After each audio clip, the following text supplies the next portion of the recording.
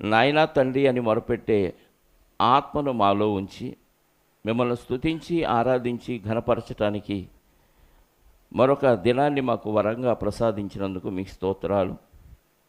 లోకాశల్లో బ్రతుకుతూ లోకములో ఉండే ప్రకృతిలోని ఆనందాలను, శరీర సంతోషాలను అనుభవిస్తూ ఉండగా చిన్న మందగా మమ్మల్ని కూర్చి మీ వాక్యం నేర్చుకుంటూ మిమ్మల్ని స్తుతించి ఘనపరిచి మేము నామమును మహింపరచడానికి మీరు ఇచ్చిన అవకాశాన్ని బట్టి స్తోత్రాలు.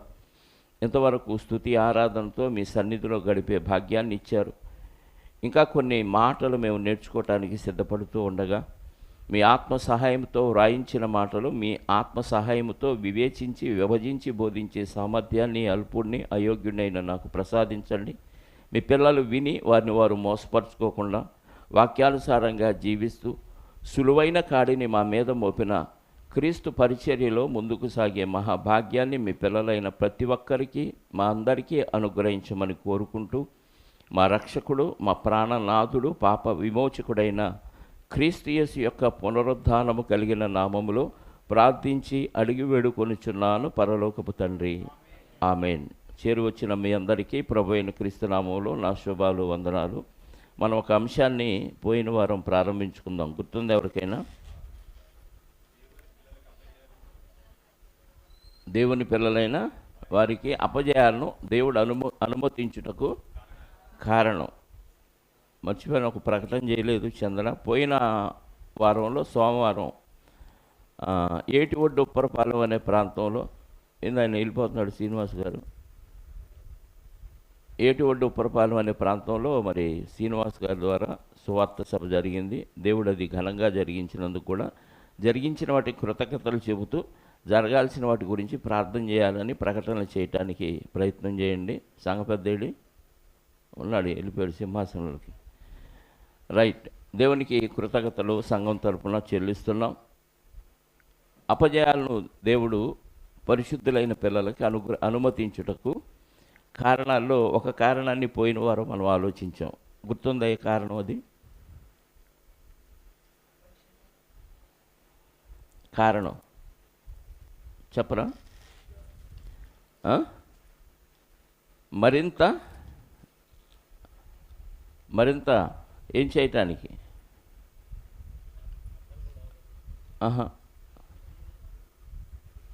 మరింత విశ్వాసులుగా మరింతగా దేవునిలో బలపడటానికి దేవుడు మనకి విశ్వసనీయతలో పెరగటానికి దేవుడు అవకాశం ఇచ్చాడు. ఇది మొదటి కారణం. దేవుడు మనకి ఎందుకు ఇచ్చాడు? అపజయాలను అనుగ్రహించడానికి కారణం విశ్వాసంలో ఎదగటానికి, వినయ మనస్కులుగా చేయటానికి. అది టైటిల్. దేవుని పిల్లలైన వారికి దేవుడు అపజయాలను అనుమతించడానికి కారణం విశ్వసనీయతలో మరింతగా ఎదగటానికి. అంటే విశ్వసనీయత అంటే విశ్వాసంలో దేవుడి విషయంలో మరింతగా ఎదగటానికి దేవుడు అవకాశాలను ఇస్తాడు. దేవుడు సాతాన్ని తీసేయచ్చు. సాతాన్ని లేకుండా దేవుడికి చేయటం పెద్ద సమస్య ఏమీ కాదు. కానీ ఎందుకు ఉంచాడు అంటే మన పరీక్ష కోసం ఉంచాడు. పరీక్ష లేకపోతే ఉత్తీర్ణులు అయ్యాడా ఫెయిల్ అయ్యాడా అన్న విషయం మనకి ఎలా లోకంలో తెలియదో, ఇప్పుడు ఎల్కేజీ నుంచి డాక్టర్ దాకా చదివి ఎంబీబీఎస్ దాకా వాడికి మధ్యలో పరీక్షలు ఏం పెట్టకుండా ఆడి చేత ఆపరేషన్ చేయించుకుంటారా? వీడు అసలు ఎగ్జామ్స్ ఏమి రాయలేదండి, ప్రాక్టికల్స్ కూడా చేయదు. మనిషిని ఎలా కొయ్యాలో, ఎలా కుట్లేయాలో, ఎలా ఆ పార్ట్ని శుద్ధి చేయాలో తెలియదు. ఏం ఎక్స్పీరియన్స్ లేదు అన్న డాక్టర్ చేత మనం ఆపరేషన్ చేయించుకుంటామా? చేయించుకోం. ఎందుకు? వాడు ఎలాంటోడో ఎలా చేస్తాడో మనకి తెలియదు. అంటే తెలియాలంటే ఏం చేయాలి? పరీక్ష కావాలి. అందుకే దేవుడు తన పిల్లలైన వారికి ఏం అనుమతిస్తాడు అంటే ఖచ్చితంగా పరీక్ష అనుమతిస్తాడు. ఆ పరీక్షలో అపవాదిగాడు శోధిస్తాడు, దేవుడు పరిశోధిస్తాడు. అపవాది శోధిస్తాడు, దేవుడు పరిశోధిస్తాడు. ఈ రెండిటి మధ్య మనం బ్యాలెన్స్ చేసుకొని ఆడి శోధనను ఎదుర్కొంటూ దేవుని పరీక్షలో పాస్ అవుతూ ఉండాలి. ఫెయిల్ అయిన వాళ్ళు నరకానికి, పాస్ అయిన వాళ్ళు పరలోకానికి. ఈ విషయం ప్రతిదినం మనం ఎక్కడ ఉన్నట్టు భావించాలంటే ఎగ్జామ్ హాల్లో ఉన్నాం, ఇంట్లో ఉన్నా, బయట ఉన్నా, ఉద్యోగంలో ఉన్నా, ప్రయాణంలో ఉన్నా, తింటున్నా, నిద్రపోతున్నా, మనం ఎక్కడున్నాం? పరీక్ష హాల్లో, పరీక్షా కేంద్రంలో ఉన్నాం. అంటే పుట్టిన దగ్గర నుంచి మనం చనిపోయే వరకు, అంతకంటే మనం ఊహ వచ్చిన దగ్గర నుంచి చనిపోయే వరకు మనం ఎక్కడ ఉన్నామంటే పరీక్షలో ఉన్నాం. ఈ పరీక్షలో బాప్తీసం పొందిన దాకా ఫెయిల్ అయిపోయాం. ఈ పరీక్షలో మనం బాప్తీసం పొందే వరకు ఫెయిల్ అయ్యాం. బాప్తీసం పొందిన తర్వాత కూడా ఫెయిల్ అయితే చెప్పండి, బాప్తీసం పొందిన తర్వాత కూడా ఫెయిల్యూర్సే వస్తాయి అనుకోండి, పరలోకం ఇస్తాడా? ఇవ్వడు కదా. అంటే బాప్తీసం పొందిన తర్వాత ఎక్కువ పరీక్షలు వస్తాయి, అంటే శోధనలు వస్తాయి. ఎంత భయంకరమైన సమస్యలు వస్తాయి అంటే అంత భయంకరమైన సమస్యలు వస్తాయి. వీటన్నిటి నుంచి దేవుడు అనుమతిస్తేనే ఆ పరీక్షలు మనకు వస్తాయి. ఇవ్వకపోతే రావు. దేవుడన్నా పర్మిషన్ ఇవ్వాలి, లేదా మనమన్నా పర్మిషన్ ఇవ్వాలి. మనకు శోధన రావటానికి కారణం రెండే. ఒకటి, మనమన్నా సాతాను గాడికి పర్మిషన్ ఇవ్వాలి, లేదంటే మనం అన్ని విషయాల్లో పర్ఫెక్ట్గా ఉంటే సాతాను దగ్గర, దేవుడి దగ్గర సాతాను వెళ్ళి పర్మిషన్ తెచ్చుకుంటాడు. ఈ రెండు విషయాల్లో సాతాను శోధిస్తూ ఉంటాడు, దేవుడు పరీక్షిస్తూ ఉంటాడు. ఈ పరీక్షలో పాస్ అయిన వాళ్ళే చెప్పండి పరలోకానికి అర్హులు. అంటే వాక్యం థియరీ అయితే దాన్ని ప్రాక్టికల్ మన జీవితంలో అనుభవంలో అనుభవించాలి. అందుకే తిమోతి పత్రికలో ఒక మాట దేవుడు రాయించాడు. మొదటి పత్రిక 2వ అధ్యాయము 4వ వచనాన్ని చదివితే, తిమోతికి రాసిన మొదటి పత్రిక 2వ అధ్యాయము 4వ వచనం, ఆయన మనుషులందరూ ఏం కావాలి? రక్షణలోకి రావాలి. యేసుక్రీస్తుని అంగీకరించి బాప్తీసం పొంది పరలోకానికి చేరటానికి ఇక్కడ రక్షణ వలయంలోకి రావాలి. రక్షణ పొంది అందరా కొందరు అక్కడ అందరూ రక్షణ పొంది, ఆ రక్షణ పొందిన వాళ్ళు అందరూ ఏం చేయాలి? సత్యమును గూర్చిన అనుభవ జ్ఞానం. సత్యం అంటే వాక్యం. వాక్యపు అనుభవ జ్ఞానం అంటే చెప్పండి, వాక్యపు అనుభవ జ్ఞానం. సత్యమును గూర్చిన అనుభవ జ్ఞానం అంటే చెప్పండి. టీవీలో వంకాయ కూర ఎలా వండాలో చెప్తారు కదా, వంకాయ కూర ఎలా వండాలో చెబుతారు, అది చెబుతారు, మనం వింటాం. లేదా బుక్స్ అమ్ముతారు, ఏ కూర ఎలా వండాలనేది, కూరలు వంటకాల పుస్తకాలు అమ్ముతారు. అవి కొనుక్కొచ్చి చదువుతూ వచ్చేసింది నాకు వంట చేయటం అన్నారనుకోండి, ఎలా ఉంటుంది? బైబిల్ చదివే ప్రతి ఒక్కళ్ళకి వచ్చేసినట్టుగా అనిపించింది. ఆ వంకాయ కూర వండేటప్పుడు ఏది ఎంత వేయాలో అంత వేయాలి, ఎంతసేపు వేడి చేయాలో అంతసేపు వేడి చేయాలి, ఎన్ని నీళ్లు పోయాలో అన్ని నీళ్లు పోయాలి, ఎంత మసాలా వేయాలో అంత వేయాలి, అన్నీ వాళ్ళు చెప్పినట్టుగా పర్ఫెక్ట్గా చేస్తే వాళ్ళు అనుకున్న రుచి వస్తుంది. వీటిలో ఏ తేడా వచ్చినా చెప్పండి, వ్యాక్ అంటారా, హాహా అంటారా? తిన్న తర్వాత ఏమైంది? మరి పుస్తకంలో ఉన్నట్టే చేశానని అనుకుంటామా? అప్పుడు అనిపించింది మనకి, కానీ ఏదో తేడా కొడితేనే టేస్ట్ మారింది. ఇది ఎంత వాస్తవమో. బైబిల్లో చదివినవి అన్నీ చదువుతుంటే అన్నీ వచ్చేసినాయి. కంటతా పెట్టి చెప్పేవాళ్ళు కూడా ఉన్నారు వాక్యం. ఇలా చెప్పగానే అలా తీసి టకటకా చదివేవాళ్ళు ఉన్నారు. చదివిన వాళ్ళందరూ అనుభవ జ్ఞానం ఉందా? చెప్పండి. సమయమును పోనివ్వక సద్వినియోగం చేసుకొనుచు అజ్ఞానుల వలె కాక జ్ఞానుల వలె నడుచుకొనుడి అని ఉంది. ఇప్పుడు చదివాం, దాన్ని ఏం చేయాలి? చెప్పాలి. ఆచరించడం అంటే ఇప్పుడు ఆచరించేవాడు జ్ఞాని, ఆచరించని వాడు లేటుగా వచ్చినవాడు జ్ఞాన వాడు అన్న స్త్రీలకు మాకు గాదులు అనుకోకండి, అందరికీ. లేటుగా వచ్చారంటే మీకు మీరే టిక్ చేసుకోండి, నేను అజ్ఞానిని అని. అంటే వాక్యంలో ఉన్నది పాటించినప్పుడే అనుభవ జ్ఞానం. ఇప్పుడు చదవండి ఆ మాట, మీకు బాగా ఎవరికి వాళ్ళకి అప్లై అయిపోద్ది. మనుషులందరూ రక్షణ పొంది సత్యమును గూర్చిన అనుభవ జ్ఞానం కలిగి ఉండవలనని నిశ్చయ ఇష్టపడుతున్నాడు దేవుడు. అందరూ రక్షణ పొందాలి, అందరూ రక్షణ అనుభవంలోకి రావాలి. వాక్యానుభవం వాళ్ళ జీవితాలు ఉండాలి. వాక్యం చదువుతున్నారు, నేను రోజు బైబిల్ చదువుతానండి, ప్రార్థన చేస్తానండి, పాటలు పాడతానండి, మంచిదే. కానీ అవి నీ జీవితంలో సందర్భానికి అవి వచ్చినప్పుడు దాన్ని అనుభవించి నువ్వు పాస్ అవ్వాలి. పాస్ అవ్వకపోతే చెప్పండి, నువ్వు ఎంత డబ్బు దేవుడి కోసం ఖర్చు పెట్టినా, ఎంత సమయాన్ని దేవుడికి ఇచ్చినా, ఎన్నిసార్లు బైబిల్ చదివినా, ఎంత పాటలు పాడినా, నేను భక్తుడిని నువ్వు ఎగురుకుంటూ సంకలు కొట్టుకున్నా, అనుభవ జ్ఞానంలో ఫెయిల్ అయితే ఖచ్చితంగా పరలోకం ఇవ్వడు. ఆయన ఇష్టం అంటది. దేవుడి ఇష్టాన్ని నెరవేర్చినోడు పరలోకం వెళ్తాడా? నెరవేర్చని వాళ్ళు వెళ్తారా? నెరవేర్చిన వాళ్ళే వెళ్తారు. కాబట్టి అందరూ సత్యమును గూర్చిన అనుభవ జ్ఞానం కలిగి ఉండాలి. అది ప్రాక్టికల్ నాలెడ్జ్. చదువు థియరికల్ నాలెడ్జ్ వేరు, ప్రాక్టికల్ నాలెడ్జ్ వేరు. అది అనుభవించినప్పుడు దాని భావం, దాని యొక్క పరిణామం, పరిస్థితి మనకి అనుభవపూర్వకంగా అర్థం కావాలి. ఏముందండి వాక్యం చెప్పటం ఏముందండి అంటారు కొంతమంది. అక్కడ కూర్చొని ఎన్నో చెబుతారు. ఇక్కడికి వచ్చి నిలబడి చెప్పమనండి, చెప్పలేరు. ప్రార్థన చేయటం ఏముందండి అంటాడు. ఎవరైనా పాట పాడితే పాటల్లో వంకలు చెప్పేవాళ్ళు ఉన్నారు. ఆ రాగం ఇలా అనాల్సింది అలా అన్నాడు. ఇక్కడికి వస్తే ఆ రాగం ఏదో అర్థమైంది కాదు, రాగం అర్థమైందా? అంటే చెప్పటం వేరు, వంట వండితే బాగుంది బాగోలేదని చెప్పటం ఎంత అండి. బాగుంది అని చెప్తాం అంటే వాళ్ళు కాస్త సంతోషిస్తారు. బాగలేదని చెప్పటం చాలా ఈజీ. అది నువ్వు వండు కదా, వండినప్పుడు అర్థమైపోద్ది అది ఎంత కష్టమో అనేది కదా. చూస్తా వండుతారు, కానీ అనుభవంలోకి వస్తే అది వేరు. కాబట్టి ప్రతి ఒక్కరూ క్రైస్తవులైన వారు వాక్యానుసారమైన అనుభవ జ్ఞానం కలిగి ఉండాలని దేవుడు ఇష్టపడుతున్నాడు. అనుభవంలో చాలామంది ఫెయిల్ అవుతారు, చెప్పటంలో చాలామంది పాస్ అవుతారు, చదవటంలో చాలామంది పాస్ అవుతారు, పాడటంలో చాలామంది పాస్ అవుతారు. కానీ అనుభవంలోకి వచ్చేసరికి క్రైస్తవ్యంలో చాలామంది ఫెయిల్యూర్, 90% ఫెయిల్యూర్ కనపడుతున్నారు. మహాజ్ఞానాన్ని బోధించే మహానుభావులు కూడా అనుభవ జ్ఞానంలోకి వచ్చేసరికి ఏమవుతున్నారు? ఫెయిల్ అవుతున్నారు.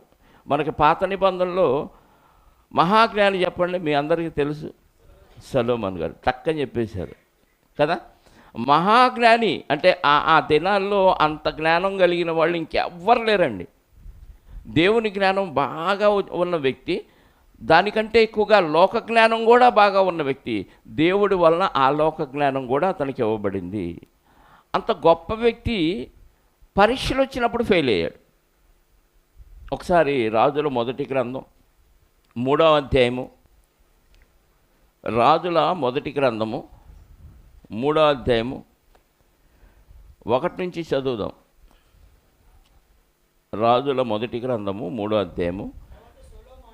తరువాత సొలొమోను ఐగుప్తు రాజైన ఫరో కుమార్తెను పెళ్లి చేసుకొని అతనికి అల్లుడైన తన నగరును యెహోవా మందిరమును యెరూషలేము చుట్టూ ప్రాకారమును కట్టించుట ముగించిన తరువాత ఫరో కుమార్తెను దావీదుపురమునకు రప్పించెను.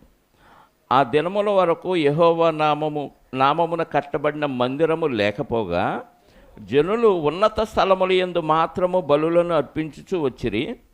తన తండ్రి అయిన దావీదు నియమించిన కట్టడలను అనుసరించుచు సొలొమోను యెహోవా యందు ప్రేమయుంచెను గాని ఉన్నత స్థలముల యందు అతడు బలులను మాత్రము అర్పించుచు ధూపం వేయుచు ఉండెను. అప్పటి వరకు ఉన్నత స్థలాల మీద బలులు అర్పిస్తూ ఉన్నాడు. దేవుడికి నచ్చంది అది. రెండవది నచ్చని పని ఏంటంటే ఇస్రాయేలీలోనే పెళ్లి చేసుకోవాలి, అన్యుల్ని పెళ్లి చేసుకోవాలి. ఇందాక మీకు హెచ్చరిక కూడా చేశాను. క్రైస్తవులు ఒరిజినల్ క్రైస్తవులనే పెళ్లి చేసుకోవాలి, కానీ అన్యుల్ని మా బంధువులండి, మా మేనమామ కొడుకండి, మా మేనమామ కూతురండి, వాళ్ళకి బాగా ఉద్యోగం ఉందండి, ఇవన్నీ జాంతానే ఉంటే ఉండొచ్చు, కానీ క్రైస్తవులనే పెళ్లి చేసుకోవాలి. ఇది వాక్యానుసారం. మా ఇష్టం అండి అంటే ఇక వాక్యానికి నువ్వు అవుట్ ఆఫ్ ఆర్డర్ అనమాట, బయట ఉన్నట్టే, ఇంక అందులో డౌటే లేదు, ఇది ఖచ్చితం. రైట్.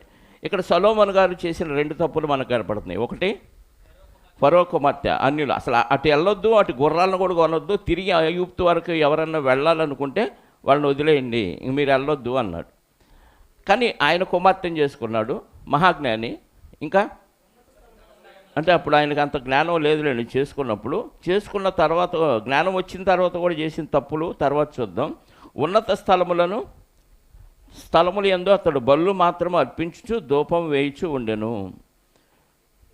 ఇలాంటి పరిస్థితుల్లో దేవుడు అతనికి ప్రత్యక్షమయ్యాడు. 5వ వచనం,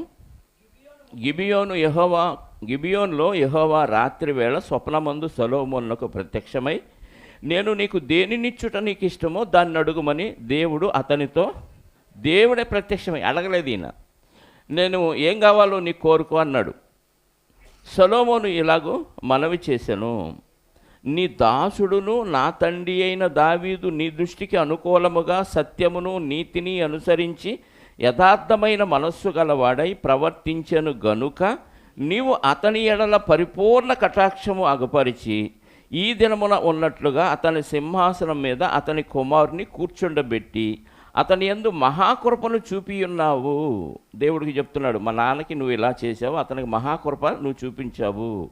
నా దేవా యెహోవా, నీవు నా తండ్రి అయిన దావీదునకు బదులుగా నీ దాసుడైన నన్ను రాజుగా నియమించి ఉన్నావు. అయితే నేను బాలుడను, నీ కార్యములు జరుపుటకు నాకు బుద్ధి చాలదు. నీ దాసుడైన నేను నీవు కోరుకొనిన జనముల మధ్య ఉన్నాను. వారు విస్తరించి ఉన్నందున వారిని లెక్కపెట్టుటయు వారి విశాల దేశమును తనిఖీ చేయుటో అసాధ్యము. ఇంత గొప్పదైన నీ జనమునకు న్యాయము తీర్చగలవాడు ఎవడు? కాబట్టి నేను మంచి చెడ్డలు వివేచించి నీ జనులకు న్యాయము తీర్చున్నట్లు నీ దాసుడైన నాకు వివేకము గల హృదయము దయచేయుము. ఏమడిగాడండి? దేవుడు ప్రత్యక్షమై బిడ్డ ఏం కావాలో కోరుకుంటే మనం ఏం కోరుకుంటాం? తిండిపోతులైతే తిండి కోరుకుంటాడు, లోకాన్ని చూసిన వాళ్ళు అయితే లోకాశలు. మంచి ఇల్లు కావాలి, ఈ ఊరిలో నా అలాంటి ఇల్లు ఎవరికి ఉండకూడదు, అలాంటి ఇల్లు కావాలనుకో. లేదా బంగారం పిచ్చోళ్ళు అయితే అరికాల నుంచి నన్నెత్తి వరకు దిగే బంగారంతో అంటారు కదా. ఆస్తులు పిచ్చి కావాల్సిన వాళ్ళు ఆస్తులు కోరుకుంటారు.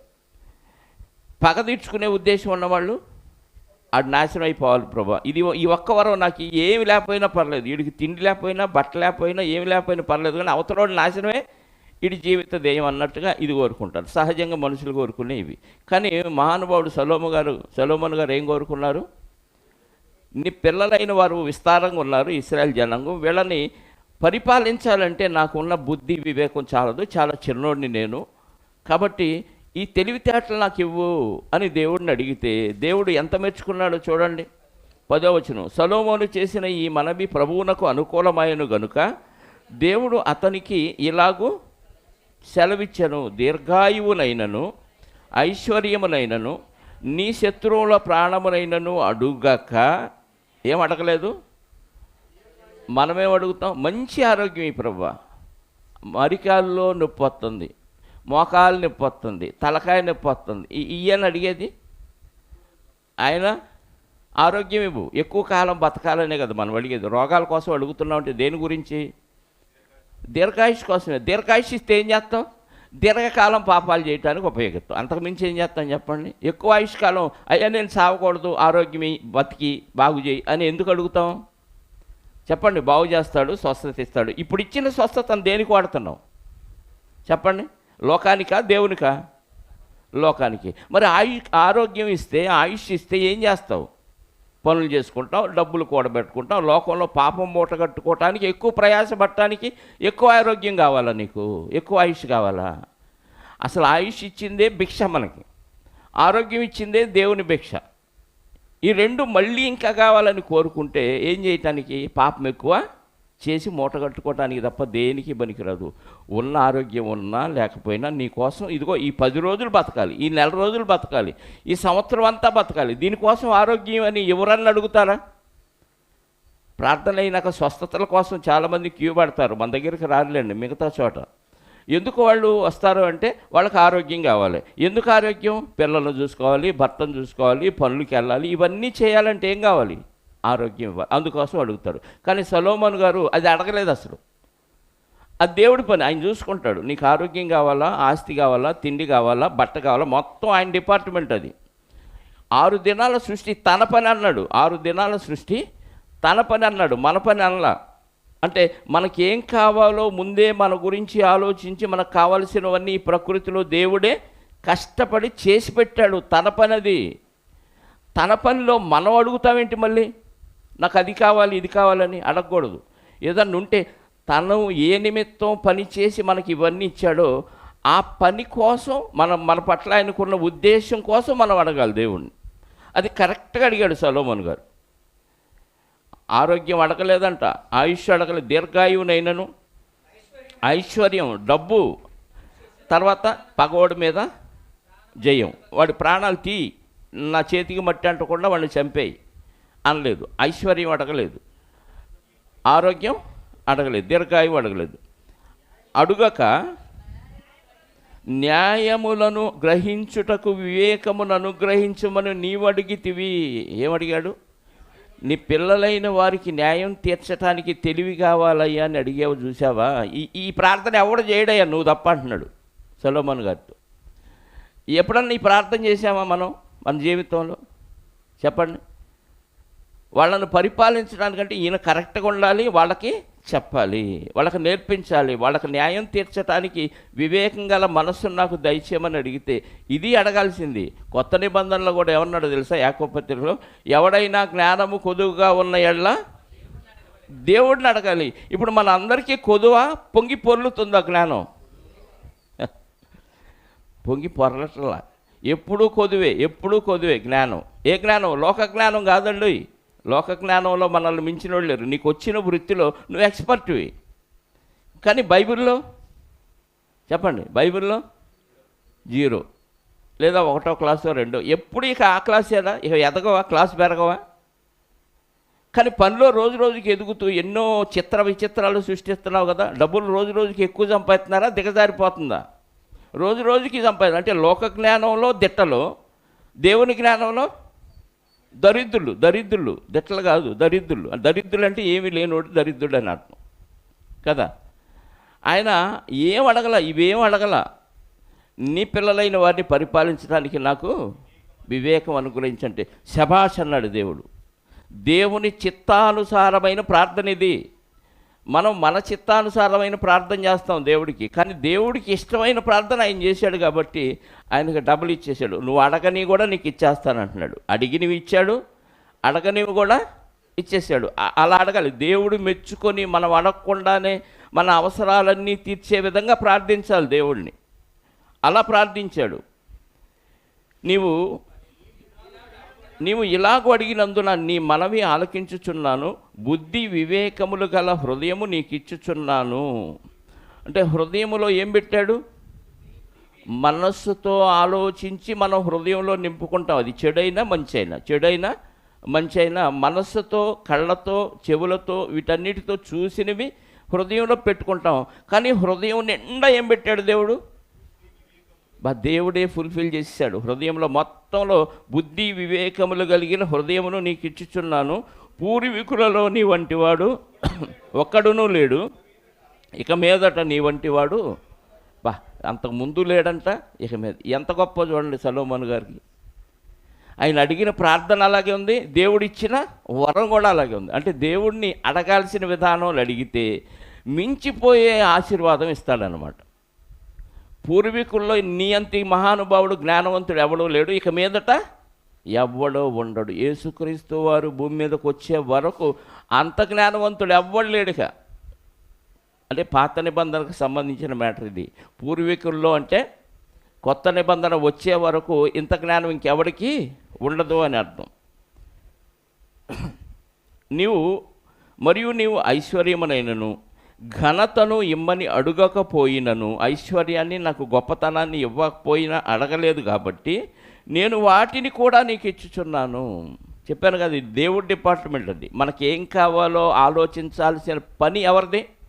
పిల్లలకి ఏం కావాలో ఆలోచించాల్సిన పని పిల్లలదా, తల్లిదండ్రులదా? ఇది తల్లిదండ్రులుగా మనకు అర్థమైనప్పుడు మనం దేవుని పిల్లలు అయిన మన గురించి ఆలోచించాల్సిన పని ఎవరిది? దేవుడిది. కాబట్టి ఆయన పని ఆయన చేస్తున్నాడు. నువ్వు అడగాల్సినవి అడగకుండా నాకు ఇష్టమైనవే నువ్వు అడిగావు కాబట్టి ఆయనకి ఇష్టమైంది ఏంటి? దేవుని పిల్లల్ని చక్కగా తీర్పులు తీర్చి వారిని పరిపాలించే బుద్ధి, జ్ఞానం, తెలివితేటలు కావాలన్నాడు. ఇదే ఈరోజు మనం కూడా అడగాలి. అందరితో సమాధానంగా ఉండాలి. ఎవరిని శత్రువులుగా భావించుకోకూడదు, ఎవరిని దూషించకూడదు, ఎవరిని అవమానపరచకూడదు, ఎవరిని తోలనాడకూడదు, ఎవరిని చిన్నచూపు చూడకూడదు. అందరితో సమాధానంగా ఒకడికంటే ఒకడు యోగ్యుడని ఎంచుకునే బుద్ధి నా హృదయంలో నింపయ్యా అని అడగాలి. ఇది అడగం కదా, మన ఇష్టం వచ్చినట్టుగా మన హృదయంలో నింపేసుకుంటాం, దాన్నే డెలివరీ చేస్తూ ఉంటాం. ఆయన అడగని కూడా ఏమిచ్చాడు?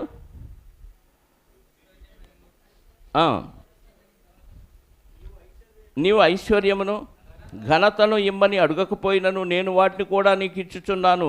అందువలన నీ దినములన్నిటను రాజులలో నీ వంటి వాడు ఒకడైనను ఉండడు. మరియు నీ తండ్రి అయిన దావీదు నా మార్గములన్నిటిలో నడిచి నా కట్టడలను నేను నియమించిన ధర్మమంతటినీ గైకొనినట్లు నీవు నడచి వాటిని గైకొనిన ఎడల నిన్ను దీర్ఘాయుష్మంతునిగా చేసేదను అనెను. ఇంతలో సొలొమోను మేల్కొన్నాడు. ఇది కలని, స్వప్నమని ఆయన తెలుసుకొని పిమ్మట అతడు యెరూషలేమునకు వచ్చి యెహోవా నిబంధన గల మందసము ఎదుట నిలువబడి దహన బలులు, సమాధాన బలులు అర్పించి తన సేవకులందరికీ విందు, దేవుడు ఇంత దర్శనం నాకు ఇచ్చాడని వెంటనే దేవుని మందిరానికి వెళ్ళి బలులు ఇచ్చి అందరికీ కూడికబెట్టాడు. కృతజ్ఞత కూడికబెట్టి ప్రేమ విందు ఏర్పాటు చేశాడు. ఎక్కడికి వెళ్ళి? మందిరానికి, యెరూషలేమునకు వచ్చి. అంటే నిబంధన మందసం ఎక్కడుంది? యెరూషలేములో ఉంది. బలులు ఇస్తే ఎక్కడ ఇవ్వాలి? అక్కడే ఇవ్వాలి. కానీ అంతకుముందు ఎక్కడ ఇచ్చాడు? ఉన్నత స్థలాల మీద ఇచ్చాడు. అది హేయం, దేవుడి దృష్టికి అది నచ్చంది. యెరూషలేములో అక్కడ మందిరం ఇంకా కట్టించకపోయినా అక్కడే ఉంది మందసం. ఇప్పుడు మందిరం కట్టించిన తర్వాత మందసం కూడా అక్కడే పెట్టేశారు. ఇవన్నీ అయినాక ఇప్పుడు వెళ్ళి అక్కడ దహన బలులు అర్పిస్తున్నాడు. అంటే ఇప్పుడు ఏమొచ్చింది సొలొమోను గారికి? బుద్ధి, జ్ఞానం, వివేకాలు కలిగిన హృదయం ఉంది కాబట్టి వెంటనే ఉన్నత స్థలాల మీద అర్పించకుండా ఎక్కడికి వెళ్ళిపోయాడు? యెరూషలేం మందిరానికి వెళ్ళి అక్కడ బలులు అర్పించాడనమాట. ఇదంతా సొలొమోను గారికి దేవుడు ఇచ్చిన వరం. తర్వాత ఆయన ఎలాంటి తీర్పులు తీర్చాడో ప్రపంచంలో ఎవ్వరూ తీర్చలేని తీర్పులు కూడా ఆయన వివేకంతో, దేవుడిచ్చిన జ్ఞానంతో తీర్చాడు. ఇంతవరకు బాగుంది. ఇప్పుడు పరీక్షలు వస్తాయా లేదా సొలొమోను గారికి? ఇంత జ్ఞానం ఉంది. మన పాఠం పేరేంటి ఈరోజు? చెప్పాలి. దేవుని పిల్లలైన వారికి దేవుడు అపజయాలను అనుమతించట కారణాల్లో రెండవ కారణం ఏంటంటే మరింత జ్ఞానవంతులుగా చేయటానికి. ఇప్పుడు ఆల్రెడీ సొలొమోను గారికి అంతకంటే జ్ఞానం ఉందా లేదా? ఉంది. ఈ జ్ఞానం ఇచ్చాడు. ఇంత దేవుని జ్ఞానం ఇచ్చిన సొలొమోను గారికి, ఇంత లోక జ్ఞానం ఇచ్చిన సొలొమోను గారికి పరీక్షలు ఉంటాయా లేదా? పరీక్షలకు దేవుడు అనుమతిస్తాడా లేదా? ఇస్తాడు, ఇచ్చాడు. పరీక్ష అనేది ఖచ్చితంగా ప్రతి భక్తుడికి ఉంటుంది. ఎందుకంటే నువ్వు ఇంకా నిజాయితీగా ఎదిగి దేవునికి ఇష్టంగా చూపించాలి. దేవుడు అందరికీ దేవుడికి నచ్చే విధంగా నువ్వు కనపడటానికి పరీక్ష పెడతాడు. పిల్లలకి ఎగ్జామ్స్ ఎందుకు పెడతారు చెప్పండి? వారు ఉత్తీర్ణులైతే నెక్స్ట్ తరగతికి వెళతారు.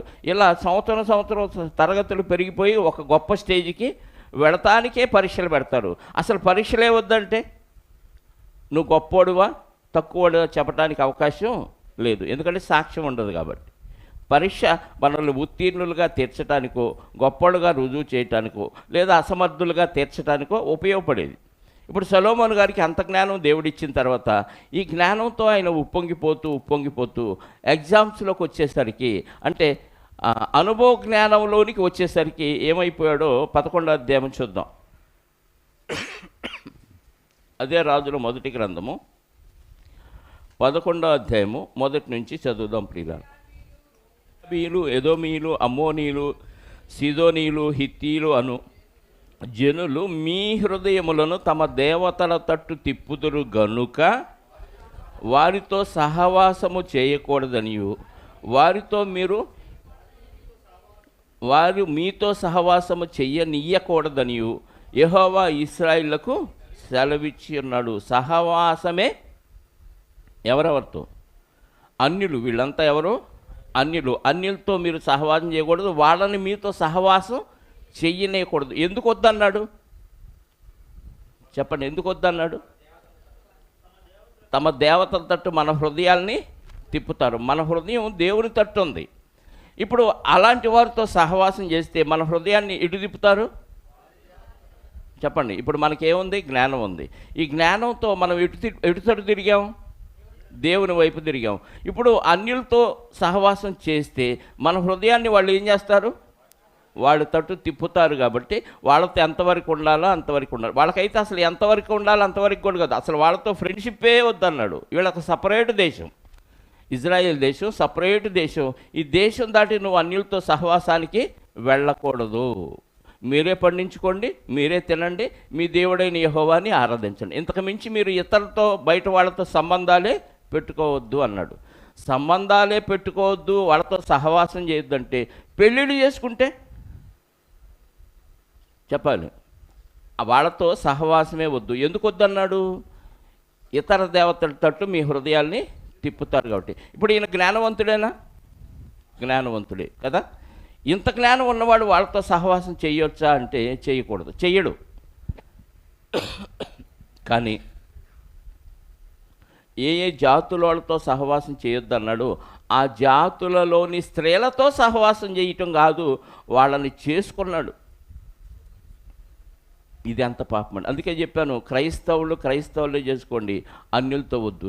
ఎందుకు వద్దంటే నీ భక్తిని ఇతర దేవతల తట్టు వాళ్ళు తిప్పుతారు, నిన్ను భక్తిహీనురాలుగా మారుస్తారు, నీ బాప్టిజం నీ రక్షణ మొత్తం సర్వనాశనం చేస్తారు.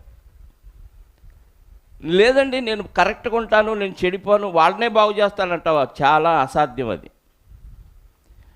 పాలు స్వచ్ఛంగా ఉంటాయి కదా, ఎంత కావాలి దాంట్లో పాడైపోవటానికి? దోషం, విషం. కడవడి పాలకి కడవల విషం సరిపోయిందా? చుక్కజాల. ఏమంటే భక్తిని కాపాడుకోవటం చాలా కష్టం. మంచిని సంపాదించుకోవడానికి చాలా టైం పట్టిద్ది. వీడు మంచోడు అనే ఒక ముద్ర మన మీద రావాలంటే ఎక్కువ సమయం పట్టిద్ది. చెడ్డోడు అనే ముద్ర రావటానికి ఎంత సమయం కావాలి? 1 సెకండ్ చాలు. అర్థమైందా? 90 సంవత్సరాలు భక్తిని కాపాడుకొని మంచోడు అనిపించుకున్నాడు. ఒక్క క్షణంలో చిన్న పాపం చేశాడు అనుకోండి, అందరి దృష్టికి వెళ్ళే ఒక ఘోరమైన పాపం చేశాడు అనుకోండి, ఇంతకాలం ఉన్న ఈ మంచితనం ఏమైద్ది చెప్పాలి? మొత్తం పోయిద్ది. ఇడి చెడ్డోడు, ఇంతకాలం ఇట్టాటోడు అనుకోలేదండి, ఒకే డైలాగ్ అయిపోయింది. అంటే ఇంతకాలం భక్తుడిగా నటించాడే తప్ప ఇది నిజమైన భక్తి కాదు. ఎంత చెడుతనం లోపల పెట్టుకొని అది ఇప్పుడు బయటపడింది కాబట్టి ఇప్పుడు ఈ 90 సంవత్సరాల భక్తి అంతా ఏమైపోయింది? సర్వనాశనం అయిపోయింది. అంటే మంచిని కాపాడుకోవటం కష్టం, చెడుని నువ్వేం చేయకుండా ఈజీగా వచ్చేసింది. అందుకే సులువుగా చిక్కులు పెట్టు పాపం అన్నాడు హెబ్రీ పత్రిక 12వ అధ్యాయంలో కదా. పాపం ఎంతంట? ఇది అంటారు చూసి, ఈ పని నాకు డెడ్ ఈజీ అంటాం, చావంత తేలికంట. ఏది? పాపం అంటించుకోవటం చాలా ఈజీ, భక్తిని కాపాడుకోవటం, పరిశుద్ధతను కాపాడుకోవటం చాలా కష్టం, ఎక్కువ సమయం పట్టిద్ది. చెడుకు మాత్రం తక్కువ సమయం చాలు. ఇప్పుడు సొలొమోను గారు మహాజ్ఞాని, అలాంటి జ్ఞాని అంతకుముందు లేడు, తర్వాత కూడా ఉండడని దేవుడే సర్టిఫికేట్ ఇచ్చాడు. అంత జ్ఞాని ఏం చేశాడంటే, ఇదిగో ఈ జాతుల వారు ఎవరైతే ఉన్నారో ఇలాంటి జాతుల వారితో సహవాసం చేయలేదు, కానీ అలాంటి జాతుల్లో నుండి వచ్చిన స్త్రీలను ఆయన పెళ్లి చేసుకున్నాడు. సహవాసం ఏమొద్దంటే వివాహం ఇంకెంత పాపమైద్దో చూడండి. సహవాసం అలా వెళ్ళి ఇలా వస్తారు, వివాహం ఏకదేహం అయిపోతారు. వివాహం ఎంత దగ్గరదంటే సహవాసానికి మించింది. ఇప్పుడు మొత్తానికి ఎలా అయిపోయాడంటే అపరాధి అయిపోయాడు. భ్రష్టుడు అనకూడదు, సొలొమోను గారు భ్రష్టుడు అనకూడదు, తప్పు చేశాడు కరెక్టే, కానీ అపరాధి అయిన భ్రష్టుడు కాదు. ఏశావు భ్రష్టుడు, దేవుడు భ్రష్టుడని రాయించలేదు సొలొమోను గారి గురించి. అందుకే ఆ మాట మనం ఆయన విషయంలో ఉపయోగించకూడదు. ఏం చేశాడు? 3వ వచనం 2వ వచనం, అయితే రాజైన సొలొమోను ఫరో కుమార్తెను గాక ఆ జనులలో ఇంకా అనేక మంది పరస్త్రీలను, ఆ ఫరో ఐగుప్తు దేశంలో అనేక మంది పరస్త్రీలను మోహించి, ఈరోజు ప్రేమ వివాహాల పేరుతో జరుగుతున్నదంతా మోహమే. వాళ్ళ అందమో, వాళ్ళ ఉద్యోగమో, వాళ్ళ ఐశ్వర్యమో, వాళ్ళ కులమో, వాళ్ళ ఆస్తితో ఏదో చూసి చేసావు. నువ్వు వాళ్ళని ప్రేమించలా, వాళ్ళ వెనకున్న ఆస్తినో, ఉద్యోగాన్నో, అందాన్నో మోహించావు. సొలొమోను గారు చేసింది అదే. వారిని పరస్త్రీలను, ఫరో కుమార్తెనే వేస్ట్ అన్నిరాలు, ఆమెను కాక మళ్ళీ పరస్త్రీలను మోహించి, అంటే మోహపు చూపుతో చూశాడు, కామపు చూపుతో చూశాడు.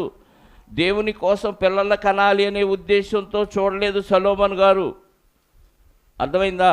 మోహపు చూపుతో చూశాడు, మోహించి కామాతురత గలవాడై వారిని ఉంచుకొనుచు వచ్చాను. ఉంపుడుగా తిలగా పెట్టుకున్నాడు అంటండి. ఎవరిని? అన్యుల్ని. ఉంపుడు గత్తిగా పెట్టుకున్నా ఏకదేహమే, పెళ్లి చేసుకున్నా ఏకదేహమే. ఒక మాట కొరింథీ మొదటి పత్రికలో చూద్దాం, 6వ అధ్యాయం. కొరింథీలకు రాసిన మొదటి పత్రిక 6వ అధ్యాయము 15వ వచనం. మీ దేహములు క్రీస్తునకు అవయవములై ఉన్నవని మీరు ఎరుగరా? నేను క్రీస్తు యొక్క అవయవములను తీసుకొని వేశ్య యొక్క అవయవములుగా చేయుదునా? అది ఎంత మాత్రము తగదు, అది ఎంత మాత్రము తగదు. వేశ్య యొక్క అవయవాలుగా చేస్తానా? అది ఎంత మాత్రము తగదు. వేశ్యతో కలుసుకొనివాడు దానితో ఏకదేహమై ఉన్నాడని మీరు ఎరుగరా? వారిద్దరూ ఏక శరీరమయ్యుందురని మోషే కూడా చెప్పుచున్నాడు కదా. అటువలనే ప్రభువుతో కలుసుకునేవాడు ప్రభువుతో ఏకదేహమై ఏకాత్మయ్యి ఉన్నాడు. జారత్వానికి దూరంగా పారిపోండి. మనుష్యులు చేయు ప్రతి పాపము దేహమునకు వెలుపల ఉన్నది, కానీ జారత్వం చేయవాడు తన సొంత శరీరమునకు హానికరముగా పాపం చేస్తున్నాడు. సొంత శరీరానికి హానికరంగా పాపం.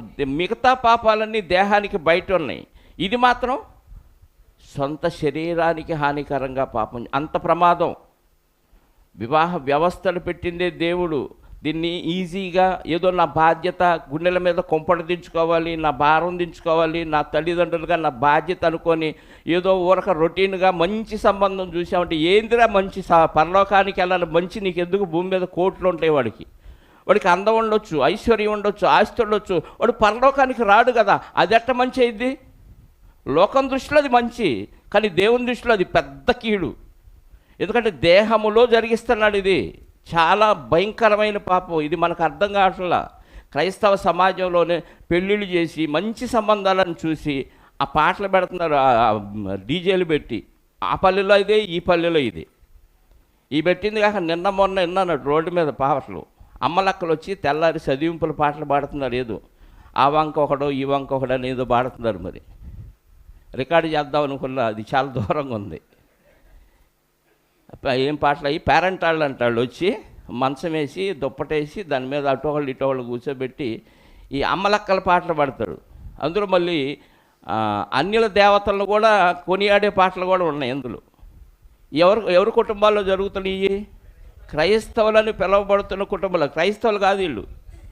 క్రైస్తవుల పేరుతో ఉన్న క్రైస్తవేతరులు దౌర్భాగ్యులు, పరలోకాన్ని కోల్పోయిన వారు వీళ్ళు.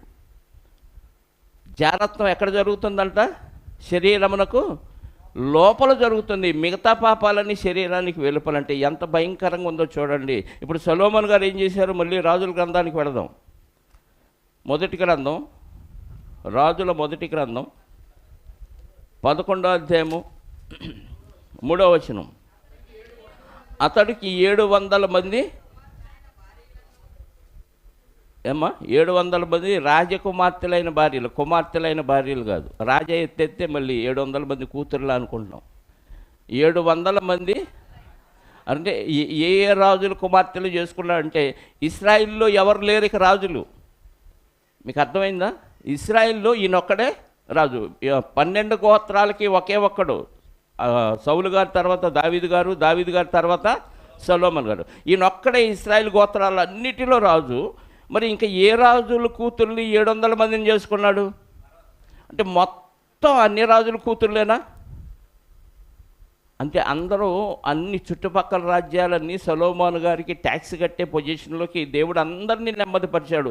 ఎవడో మడిమెత్తటానికి వీల్లేదు సొలొమోను గారి మీద. దావీదు గారి కాలంలో అందరి మీద యుద్ధాలు చేసి ఇశ్రాయేలీలు అంటే వణుకు పుట్టించాడు దావీదు గారు. వాళ్ళ జోలికి వెళ్తే వాళ్ళ దేవుడు ఊరుకోడు. వాళ్ళకి చాలా దేవుని బలం ఉంది, దేవుని అండ ఉంది. కాబట్టి వాళ్ళ జోలికి వెళ్ళకూడదని ప్రతి ఒక్కరూ లోబడి, అన్ని రాజులు అందరూ లోబడిపోయి ఈయనకి ట్యాక్స్ కడుతూ ఉన్నారు. అంత లోబడిపోయిన ఆ రాజుల్ని, వాళ్ళ రాజకుమార్తెల్ని 700 మందిని చేసుకున్నాడంట. చూడండి ఏమండి, ఒకళ్ళిద్దరు ముగ్గురిని ఒకళ్ళని పోషించటమే అంత కష్టం. ఆయనకు ఉంది, ఆస్తి ఉంది, కానీ 700 మందితో ఎప్పుడు కాపురం చేశాడు అర్థం కావట్లా. అది అయిపోయిందా? కొసరు చూడండి. ఇంకా 700 మంది రాజకుమార్తెలైన భార్యలను 300 మంది ఉపపత్నులను కలిగి ఉండిరి. సహస్రాధిపతి వెయ్యి మంది భార్యల మీద సహస్రాధిపతి కాదు, సహస్రాది భర్త, సహస్ర భార్యలకు భర్త. అంత గొప్పవాడైపోయాడు. 1000 మంది, 700 మంది ఏమో అన్య రాజుల కూతుర్లు చేసుకున్నాడు. 300 మందిని. ఎంత దౌర్భాగ్యం అండి! ఏమైందండి జ్ఞానం? అలాంటి జ్ఞానం ఎవరు లేరన్నాడు దేవుడే. ఇది ఎందుకు ఇచ్చాడు అవకాశం? దేవుడు ఎందుకు ఇచ్చాడు? పరీక్ష కోసం ఇచ్చాడు. ఫెయిల్ అయ్యాడా? పాస్ అయ్యాడా? చెప్పండి. ఫెయిల్ అయ్యాడా? పాస్ అయ్యాడా? ఫెయిల్ అయ్యాడు. దేవుడు అవకాశం ఇస్తాడు. ఏమనలా. ఇశ్రాయేలీలకి దేవుడిచ్చిన ఒక కట్టడ చెప్పన, రాజుకి ముఖ్యంగా. ద్వితీయోపదేశకాండం 17:17 చూడండి ఒకసారి. ద్వితీయోపదేశకాండం 17వ అధ్యాయం 17వ వచనం. ఇశ్రాయేల్ మీద రాజుగా ఉన్న వ్యక్తికి దేవుడిచ్చిన ఆజ్ఞ. ఇశ్రాయేల్ని పరిపాలించే రాజు ఏం చేయాలంటే తన హృదయము తొలగిపోకుండానట్లు, ఎటు అన్యుల వైపు, అన్య విగ్రహాల, అన్ని దేవతల వైపు తొలగిపోకున్నట్లు దేవుడి వైపే ఉండేటట్లు అతడు అనేక స్త్రీలను వివాహము చేసుకొనకూడదు. ఏందంట? చాలండి. అంటే అనేక స్త్రీలను వివాహం చేసుకుంటే ఏమైద్ది? హృదయం దేవుని నుండి తొలగిపోయిద్ది. హృదయం దేవుని నుండి తొలగిపోయిద్ది. కాబట్టి అనేక స్త్రీలను వివాహం చేసుకో. ఇశ్రాయేల్ని పరిపాలించే రాజు. మరి ఇంత జ్ఞానం ఏం చేశాడు? అజ్ఞాని అయిపోయాడు. ఇంత మహాజ్ఞాని ఏమైపోయాడు ఆ విషయంలో? అజ్ఞాని. అమ్మయ్య, సొలొమోను గారు ఇంతమంది చేసుకున్నాడు, మనం కూడా చేసుకుంటే తప్పేంటి అనే లాజిక్లు దీపకండి. సొలొమోను గారి కంటే అజ్ఞానులు అవుతారు మీరు. బైబిల్లో ఉన్న వచనాలని మనకు అనుకూలంగా మలుచుకోకూడదు. అజ్ఞాని అయిపోయాడు. అంత జ్ఞానాన్ని పొందుకొని కూడా ఈ విషయంలో ఏమైపోయాడు? కాబట్టి స్త్రీ విషయంలో చాలా జాగ్రత్తగా ఉండాలి. ఇంత జ్ఞానం ఉన్న సొలొమోను గారు ఈ విషయంలో అజ్ఞానం అయ్యాడంటే మనం ఇంకెంత జాగ్రత్తగా ఉండాలని భయభక్తులు కలిగి ఉండాలి తప్ప అంత జ్ఞానే అజ్ఞాని అయిపోయాడండి. ఆఫ్టర్ ఆల్ మేమెంత అనుకున్నాం అనుకో, అజ్ఞానిలో అధపాతాళానికి వెళ్ళిపోతాం. అర్థమవుతుందా? ఏమంటున్నాడు?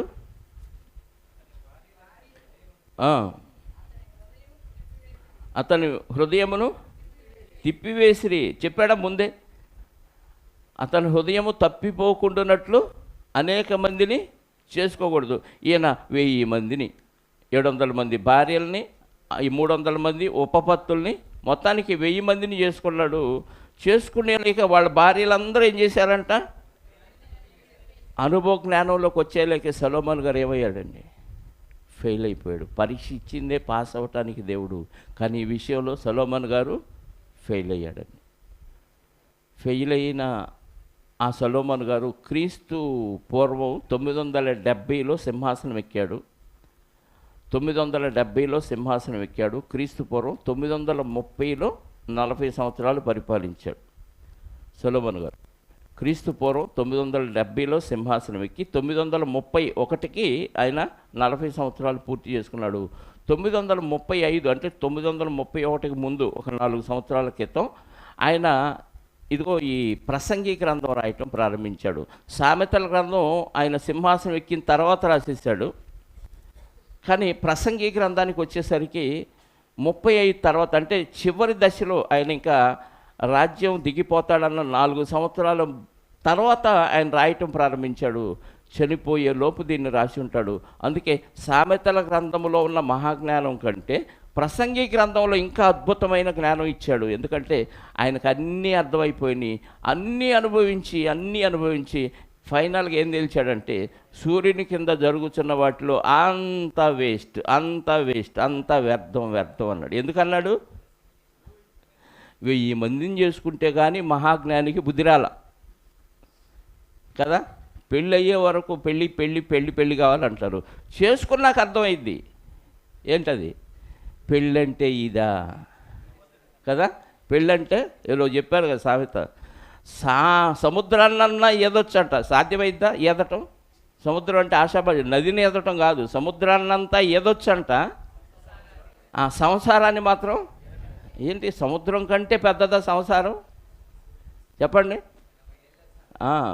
అంతకుముందు బలాదూరుగా తిరుగుతాడు. ఎప్పుడు రాత్రి వచ్చినా, ఎప్పుడు ఎక్కడికి పోయినా ఏమి అడిగేవాళ్ళు. తల్లిదండ్రులు అడిగితే ఏదో స్టోరీ చెప్పేస్తాడు. వాళ్ళు అట్లా నమ్మేస్తారు కొడుకు కదా అని ప్రేమతో. కానీ పెళ్ళైన తర్వాత టైం అవగానే ఫ్రెండ్స్ దగ్గర ఉన్నానుకో, అరే మా ఆవిడ ఎదురు చూస్తూ ఉంటుంది, అర్జెంటుగా ఇంటికి వెళ్ళాలి. కాస్త పిల్లలు పుట్టినాక మా అబ్బాయి ఎడుతాడు, ఆ ఒక్కతే చూసుకోలేదు, కత్తాడిని చూసుకోవాలి. అసలు పిల్లల్ని పట్టించుకునే వాళ్ళు లేరు. ఉన్నారా? బాధ్యతలు ఏమవుతున్నాయి? పెరుగుతున్నాయి. అడ్జస్ట్ అయిపోతూ ఉంటాం. మనుషులు అనుభవంలోకి వచ్చేసరికి అన్నిటినీ సర్దుకుంటూ అనుభవ జ్ఞానంలోకి ఎదిగే కొద్దీ, బాధ్యతలు పెరిగే కొద్దీ ఇంకా ఎక్కువగా ఆ కుటుంబానికి ఇన్వాల్వ్ అయిపోతూ ఉంటాడు. 1000 మంది భార్యలు చేసుకుంటే తప్ప ఈయనకి అనుభవ జ్ఞానం రాలేదు. అందుకే ఏమన్నాడు ప్రసంగి గ్రంథం స్టార్టింగ్లోనే? చూడండి ఒకసారి. దావీదు కుమారుడును యెరూషలేములో రాజునై ఉండిన ప్రసంగి పలికిన మాటలు వ్యర్థము వ్యర్థమని ప్రసంగి చెప్పుచున్నాడు. వ్యర్థము వ్యర్థము సమస్తము వ్యర్థమే. సూర్యుని కింద నరులు పడుచుండు పాటు అంతటి వలన వారికి కలుగుచున్న లాభమేమి? తరం వెంబడి తరం గతించిపోతుంది, భూమి ఒక్కటే ఎల్లప్పుడూ నిలుచున్నది. సూర్యుడు ఉదయిస్తున్నాడు, సూర్యుడు అస్తమిస్తున్నాడు. తాను ఉదయించు స్థలములకు మరలా చేరుటకు త్వరపడును. గాలి దక్షిణానికి పోయి ఉత్తరానికి తిరుగును. ఇట్లు మరలా మరలా తిరుగుచూ తన సంచారమును తిరిగి వచ్చును. నదులన్నీ సముద్రంలో పడును, అయితే సముద్రం నిండుటలేదు. నదులు ఎక్కడి నుంచి పారి వచ్చునో అక్కడికి అవి ఎప్పుడునో మరలిపోవును. ఎడతెరిపి లేకుండా సమస్తమును జరుగుచున్నవి. మనుషులు దాన్ని వివరింపజాలరు. చూచుట చేత కన్ను తృప్తి పొందకున్నది, వినుట చేత చెవికి తృప్తి కలగట్లేదు. మునుపు ఉండిందే ఇక ఉండబోన్నది, మునుపు జరిగిందే ఇక. మనుషులు పుడుతున్నారు, పెరుగుతున్నారు, తింటున్నారు, పని చేసుకుంటున్నారు, చచ్చిపోతున్నారు. సూర్యుడు ఉదయిస్తున్నాడు, అస్తమిస్తున్నాడు, భూమి తిరుగుతుంది, చంద్రుడు, అన్నీ అది జరిగిపోతున్నాయి. జనరేషన్ మాత్రం మారిపోతా ఉంది. ఇంతకుముందు జరిగిందే ఇప్పుడు. ఏం చేస్తున్నారంటే పుడుతున్నారు, పెరుగుతున్నారు, ఉద్యోగాలు చేస్తున్నారు, సంపాదిస్తున్నారు, ఇల్లు కట్టుకుంటున్నారు, నివసిస్తున్నారు, నిద్రపోతున్నారు, లేస్తున్నారు, తింటున్నారు, స్నానాలు చేస్తున్నారు, తప్పని చచ్చిపోతున్నారు. ఇందులో ఏమైనా మార్పులు ఉన్నాయంటే అనుభవించే లగ్జరీస్లో మార్పు ఉన్నాయి, జీవిత విధానాల్లో మార్పు ఉన్నాయి తప్ప అందరూ ఏం చేస్తున్నారు? పాటుపడుతున్నారు భూమి మీద. దేనికోసం? బ్రతుకు కోసం పాటుపడుతున్నారు. ఈ బ్రతుకు దాటిన తర్వాత ఒకటి ఉంది, అది ఖచ్చితంగా దాని కొరకు పాటుపడాలన్న విషయం. ఇదిగో ఎంతమంది అన్య స్త్రీలను చేసుకుంటే తప్ప ఆయనకి జ్ఞానోపదేశం కలగలేదు. అంతమందిని చేసుకున్న అనుభవ జ్ఞానంతో వ్యర్థం, అన్నీ వ్యర్థం, అన్నీ వ్యర్థం అని చెప్తున్నాడు. ఆయన ఒక మాట చెప్పాడండి, నేను నా కంటికి నచ్చిన 10వ వచనం 2వ అధ్యాయంలో, నా కన్నులు ఆశించిన దేనిని అవి చూడకుండా నేను అభ్యంతరము చేయలేదు, మరి నా హృదయం నా పనులన్నిటిని బట్టి సంతోషింపగా సంతోషకరమైనది అనుభవింపకుండా నేను నా హృదయమును నిర్బంధింపలేదు. ఇదే నా పనులింటి వలన నాకు దొరికిన భాగ్యము అంటున్నాడు. అంటే ఏమి చూడాలనుకుంటే అవి చూశాడు, ఏమి చేయాలనుకుంటే అవి చేశాడు, ఏవి తినాలనుకుంటే అన్నీ అనుభవించిన తర్వాత బతికున్నాడు. కాబట్టి మారిపోయి ఇదిగో ఈ గ్రంథం రాశాడు. అవి చేసే సమయంలో చనిపోయి ఉంటే, పాపములో ఉండి చనిపోతే భయంకరం, ఇంకా మనం నరకమే. అంత జ్ఞానం ఉన్న నరకమే. పాపములో ఉండి ఆయన మారిపోయాడు కాబట్టి ఇంతమందిని చేసుకున్న అనుభవంతో దేవుడు ఇచ్చిన అవకాశాన్ని సద్వినియోగం చేసుకొని ప్రసంగి గ్రంథం రాశాడు. దేవుడు ఆయన్ని హెచ్చరించాడంట. దేవుడు హెచ్చరికను కూడా ఖాతరు చేశాడు. ఆ రాజుల మొదటి గ్రంథంలో కింద చదివితే ఒక మాట చూడండి.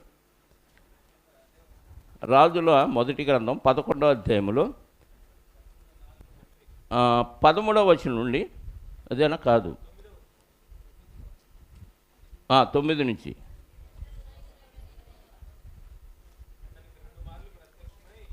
ఇశ్రాయేలు దేవుడైన యెహోవా అతనికి 2 మార్లు ప్రత్యక్షమై, నీవు ఇతర దేవతలను వెంబడించవలదని అతనికి ఆజ్ఞాపించినను సొలొమోను హృదయము అతని యొద్ద నుండి తొలగిపోయాను. ఆయన ఆధీనంలో లేదంట హృదయం. ఎక్కడికి ఇచ్చింది? నా హృదయం అంతా నీదే. నా హృదయం ఎక్కడ ఉందంటే నీ దగ్గర ఉంది. ఎక్కడ ఉంది? 1000 మంది దగ్గర ఉంది. ఆయన దగ్గర నుంచి హృదయం ఏది? దేవుడు చెప్పినా వినలేదంటే హృదయం ఎక్కడ ఉంది? నా చేయి దాటిపోయింది ప్రభువా, నా దగ్గర లేదు. హృదయం అతని దగ్గర నుంచి తొలగిపోయాను. యెహోవా తనకిచ్చిన ఆజ్ఞను అతడు గైకొనకపోగా యెహోవా అతని మీద కోపగించి సెలవిచ్చిందేమనగా, నేను నీతో చేసిన నా నిబంధనను కట్టడలను నీవు ఆచరింపకపోవుట నేను కనుగొలుచున్నాను గనుక ఈ రాజ్యము నీకుండకుండా నిశ్చయముగా తీసివేసి నీ దాసునికి ఇచ్చెదను. అయినను నీ తండ్రి అయిన దావీదు నిమిత్తము నీ దినముల యందు నేను అలాగూ చేయక నీ కుమారుని చేతిలో నుండి దాన్ని మీ నాన్నకి ఇచ్చాను కాబట్టి నిన్ను కాపాడుతున్నాను, నీ దినాల్లో చేయను. నీ తర్వాత నువ్వు చచ్చిపోయినాక నీ కొడుకు వస్తాడు, 6 దినాల్లో రాజ్యాన్ని చెడగొడతాను. సొలొమోను గారు ఉన్నప్పుడే ఇతర రాజులను ప్రేరేపించాడు. ఎవడైతే అణిగిమణిగి ఉన్నాడో దేవుని భయం వలన, దావీదు గారు చేసిన యుద్ధాల వలన శత్రురాజులందరూ అణిగిమణిగి ఈయనకి ట్యాక్స్ కట్టేవారిగా ఉన్నప్పుడు, ఎప్పుడైతే ఈయన తప్పు చేశాడో, ఇతర దేవతలను ఎప్పుడైతే పూజించాడో, వెంటనే ఇతర రాజులకు ధైర్యాన్ని ఇచ్చాడు దేవుడు. ఎవరెవరు ఆయన మీదకి కాలు దువ్వారో చూడండి. 14వ వచనం, యెహోవా ఎదోమీయుడైన హదదు అను ఒకరిని సొలొమోనుకు విరోధంగా రేపెను.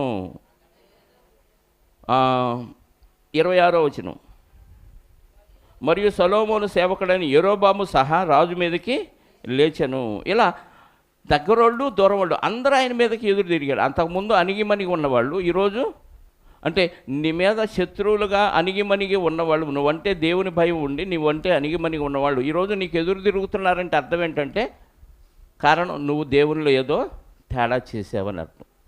అలా శత్రురాజులను ప్రేరేపించాడు. మొత్తానికి మనశ్శాంతి లేకుండా చనిపోయే స్థితిలో ఈయన మారిపోయి ప్రసంగి గ్రంథాన్ని వ్రాసి ఫైనల్గా ఏం చెప్పాడు తెలుసా? 12వ అధ్యాయము ప్రసంగి గ్రంథం. ఎన్ని చేసినా భూమి మీద ఏం చేసినా వేస్ట్ అని 12వ అధ్యాయం 1వ వచనం నుండి జాగ్రత్తగా చదివితే, దుర్దినాలు రాకముందే ఇప్పుడు వీటి యందు నాకు సంతోషం లేదని నీవు చెప్పు, సంవత్సరములు రాకముందే. దుర్దినాలు రాకముందంటే నువ్వు చెడిపోయే రోజులు రాకముందే, నువ్వు వృద్ధాప్యం వయసు పెరిగే కొద్దీ చెడిపోయే దినాలు వస్తాయి. నీ హృదయాన్ని నీ తట్టు నుంచి పక్కకు తీసుకెళ్లేవారు నీ చుట్టూ తయారవుతారు.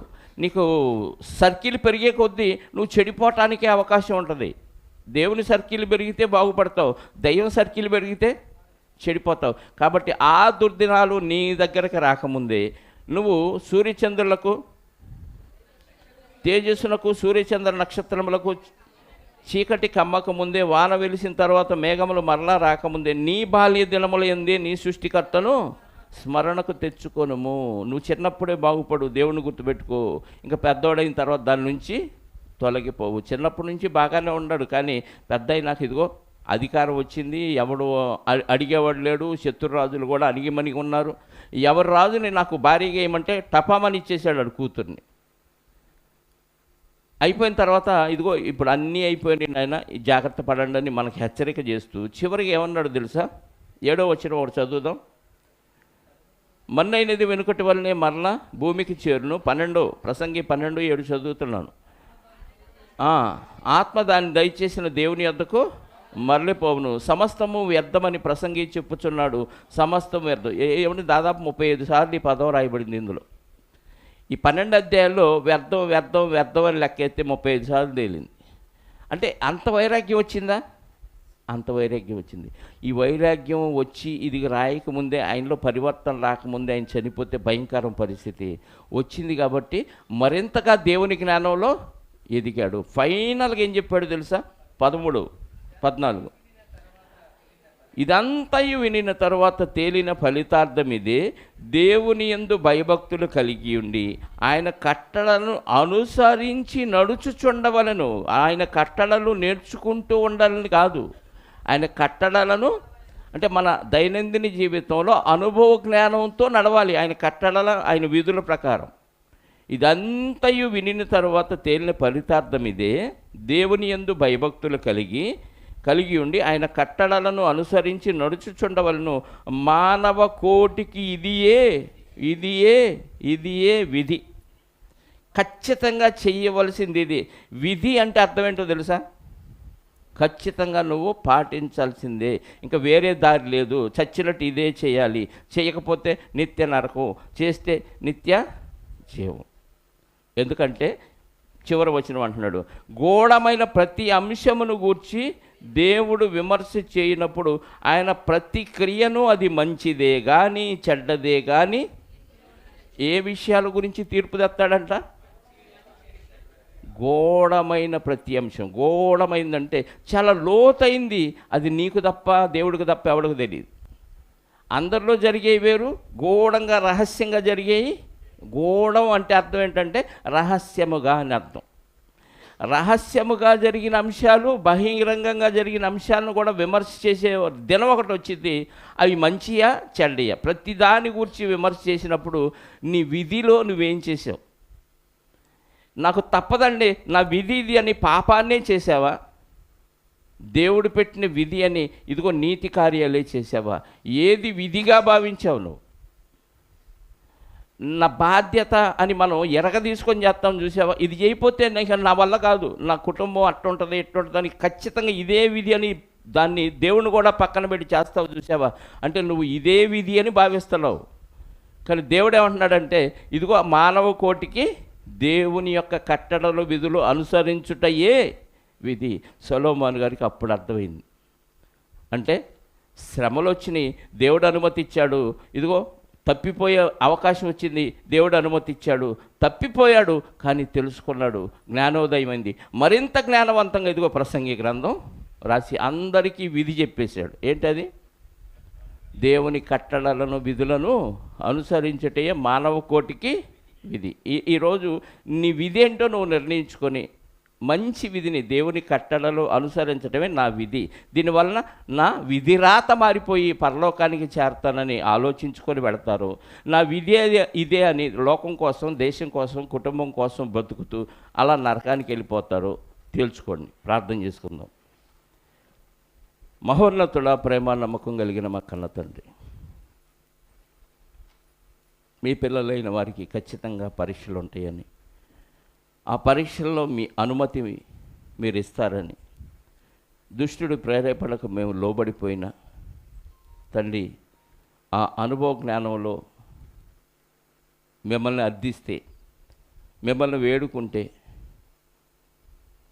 మీరు కాపాడుతారని మీ వాక్యం ద్వారా మాకు అర్థమైంది. ఇదిగోనైనా పాత నిబంధనలో సొలొమోను గారి గురించి మేము ఆలోచించాం. సొలొమోను కంటే జ్ఞానవంతుడైన యేసుక్రీస్తు వారు వచ్చి వెళ్ళిన 2000 సంవత్సరాల తర్వాత మేము భూమి మీద ఉన్నాం. ఆయన కంటే మహాజ్ఞానం మాకుందని, ఆయనకు తెలియని మహాజ్ఞానం కూడా మీరు మాకు తెలియచేశారని మేము అతిశయిస్తూ, మానవ కోటికి ఇదియే విధి అని ఆయన చెప్పిన మాటను స్వీకరిస్తూ, ఆయన చెడిపోయి బాగుపడ్డాడు. మేము చెడిపోకుండానే బాగుపడే అవకాశాన్ని, ఆ దృష్టాంతాన్ని మాకు తెలియచేయటం ద్వారా ముందుగానే మాకు హెచ్చరిక చేసినందుకు మీకు స్తోత్రాలు. ఎదుటివాడు దేనివలన ప్రమాదాన్ని కొని తెచ్చుకున్నాడో తెలుసుకున్న మేము ఆ ప్రమాదంలో మేము పడకుండా జాగ్రత్త పడటం లోక సహజం. అలాగే భక్తిలో సొలొమోను గారు ఎలా పడిపోయాడో మేము నేర్చుకున్నాం. అలా పడి లేచే కంటే పడకుండా లేవటానికి అది దృష్టాంతంగా మాకు తెలియచేసినందుకు మీకు స్తోత్రాలు చెల్లిస్తూ, యేసుక్రీస్తు వారు మా మీద మోపిన కాడి సులువుగాను భారరహితంగానూ ఉందయ్యా. భారమైన దినాల్లో ఉన్న ధర్మశాస్త్రంలో ఉన్నవారే ఇన్ని పరీక్షలు ఎదుర్కోలేక ఫెయిల్ అయితే, సులువుగా ఉన్న ఈ దినాల్లో మీ భారాన్ని ఇది కూడా మేము మోయలేక మేము కూడా తప్పుల్లో ఉండిపోతే నిజంగా మాకంటే దౌర్భాగ్యాలు ఎవరూ ఉండరని మీ వాక్యం మాకు తెలియచేస్తుంది. కనుక తండ్రి, ఈ రోజు నుంచి మీ పిల్లలైన మేము మీరు మాకు పెట్టే పరీక్షలో అనుమతి ఇచ్చే ఆ ఆటంకాల్లో వివేకము కలిగి, తెలివి కలిగి, వాక్యానుసారంగా నడుచుకోవటానికి మా హృదయంలో మీ వాక్యాన్ని ఉంచండి. మీ ఆత్మ సహాయముతో వాటిని జయించగలిగే సామర్థ్యాన్ని మాకు ప్రసాదించమని కోరుకుంటూ, వచ్చిన బిడ్డలందరిని బట్టి స్తోత్రాలు. తిరిగి వారి వారి గృహాలకు ఆ పిల్లల్ని చేర్చండి.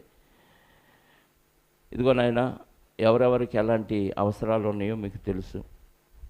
మానసిక సమస్య కానీ, ఆరోగ్య సమస్య కానీ, అనారోగ్య సమస్య కానీ, ప్రతి సమస్యను మీ వైపు మేము తిప్పి మీ సన్నిధిలో వాటిని మేము అడిగినప్పుడు ఖచ్చితంగా మీరు సమాధానాన్ని ఇస్తారని, సమస్యకు పరిష్కారాన్ని దయచేస్తారని విశ్వసిస్తూ, అడిగినవి మీ చిత్తమైతే వాటిని పొందుకొని ఉన్నామని విశ్వసిస్తూ, తిరిగి మీ పిల్లలు వాక్యముతో నింపబడి తిరిగి వారి గృహాలకు చేరటానికి కృప చూపి సహాయాన్ని దయచేయమని కోరుకుంటూ, ఈరోజు మధ్యాహ్నం సాయంత్రం జరగబోయే ఆరాధన కార్యక్రమాల్లో కూడా మీ సహాయాన్ని అర్థిస్తూ దినదినము క్రీస్తులో ఎదిగే మహాభాగ్యాన్ని మీ పిల్లలందరికీ అనుగ్రహించమని మా రక్షకుడు నీ ప్రియకుమారుడైన క్రీస్తు యేసు యొక్క మహోన్నతమైన అద్వితీయ నామములో ప్రార్థించి అడిగి వేడుకొనుచున్నాను పరలోకపు తండ్రి, ఆమేన్. మనందరి కన్న తండ్రి అయిన దేవుని ప్రేమ, ఆయన ఏకకుమారుడైన యేసుక్రీస్తు వారి కృప, పరిశుద్ధాత్మ యొక్క అన్యోన్య సహవాసము ఇప్పుడు ఎల్లప్పుడూ సకల పరిశుద్ధులకు సదాకాలము తోడయుండి నడిపించునుగాక. ఆమేన్. అందరికీ వందనాలు. ఒకళ్ళకొకళ్ళు వందనాలు చెప్పండి ప్రేమపూర్వకంగా.